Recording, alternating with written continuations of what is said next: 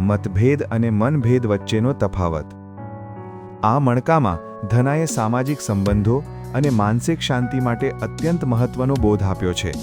વિચારો અલગ હોવા એટલે કે મતભેદ એ કુદરતી છે, પરંતુ હૃદયમાં કડવાશ એટલે કે મનભેદ રાખવી એ વિનાશકારી છે। આચરણ અને અનુભવ દ્વારા જ સાચું સુખ મળે છે, તે વાત અહીં ભારપૂર્વક સમજાવવામાં આવી છે। દરેક લીટીનો અર્થ। મતભેદ તો રહેવાના આ સંસારમાં, મનભેદ ન કરતો જરાય। મતભેદનો માર્ગ નીકળે, મનભેદ નહીં સારું જીવાય। અર્થાત આ દુનિયામાં દરેક વ્યક્તિના વિચારો અલગ હોય છે, તેથી મતભેદ થવો સ્વાભાવિક છે, પરંતુ સાવધાન રહેજે, ક્યારેય મનભેદ એટલે કે હૃદયમાં વેરભાવ ન થવા દેતો। વિચારોના તફાવતનો ઉકેલ ચર્ચાથી નીકળી શકે છે, પણ જો મન ફાટી જાય તો જીવન ઝેર જેવું બની જાય છે અને સુખેથી જીવી શકાતું નથી। આચરણથી ઉપદેશ આપતો, જીભથી જશ નહીં મળે। કથા કીર્તનો બહુ થાય જગમાં, પણ ભોજન વગર ભામ ન ભળે।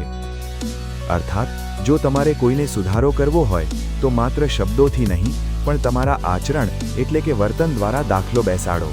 માત્ર જીભથી વાતો કરવાથી કોઈ જશ કે માન મળતું નથી।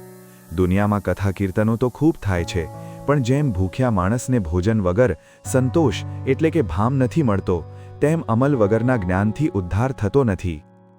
સાચી સમજણ અને સુખ શાંતિ એલા અનુભવથી જડે। અનુભવ વગર અધૂરી આને ચિંતા બહુ નડે। અર્થાત જીવનની સાચી સમજણ, સુખ અને શાંતિ માત્ર પુસ્તકો વાંચવાથી નહીં, પણ ઠોકર ખાઈને મેળવેલા અનુભવથી મળે છે।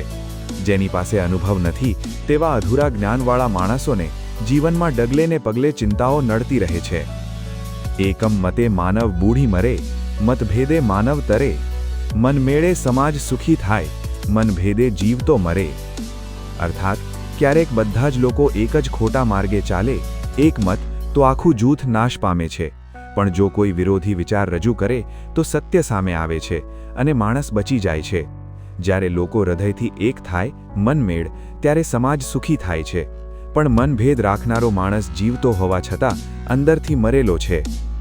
મતભેદનો ભેદ જાણ ધના એ દુઃખોને હરે। ભેદ જાણ્યા વણ ભ્રમ ન ભાંગે, ભલે કરવું હોય તે કરે।